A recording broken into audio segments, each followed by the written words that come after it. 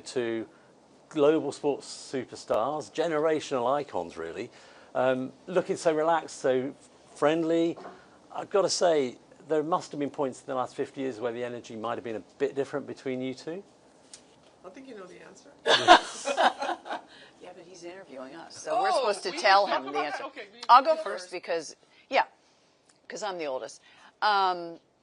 Yeah, I mean, we ended up in our career like totally different than when we started our career. When we started our career, I was number one, Martina was up and coming, and we got to a point where we were playing doubles together, and we were, going to dinner together, and we were practicing together, and everything was fine as long as I was number one. And then Martina started to get a little close with me in the tennis, started to beat me, and I felt very threatened by that. And, again, we're like teenagers still, 18, 19 years old, teenagers. And I had to tell Martina that I couldn't play doubles with her anymore because I felt like it was affecting my game when I played her, because I wasn't the kind of player that really liked to play my friends or my sister, people that I cared about. So basically I dumped her as a doubles partner.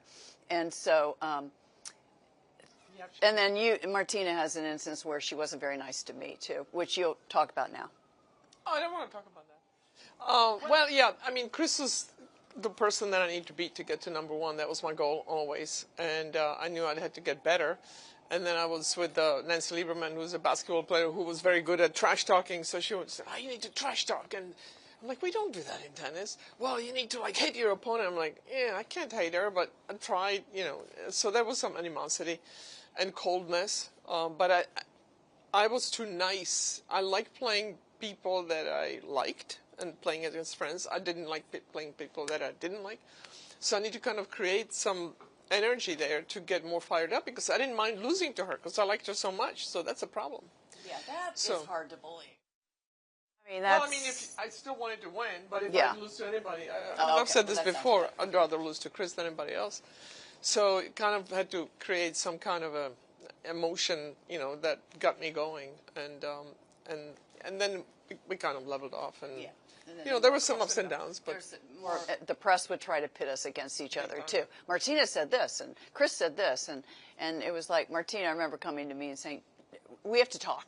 Did you really say this? And then I said, no, I didn't say it that way. I said this. And she said, okay, we have to tell the press to stop trying to pit us together because we're really good friends. But the more we played, we played for 15 years, competed. Either she was number one or I was number one. And the other one was number two. So after a while, we were the only ones in the locker room every Sunday, okay, because we were playing a final. And I think that the realization that hit me one day is like, okay, there's a person on the other side of the locker room who has challenges of her own, is having problems in her life as well as you. So be empathetic and be compassionate and look at her as a person, not only as a competitor. Right. And for me, that was a revelation. Yeah, because we started as friends, then we were enemies, and then we ended up friends again. So, yeah.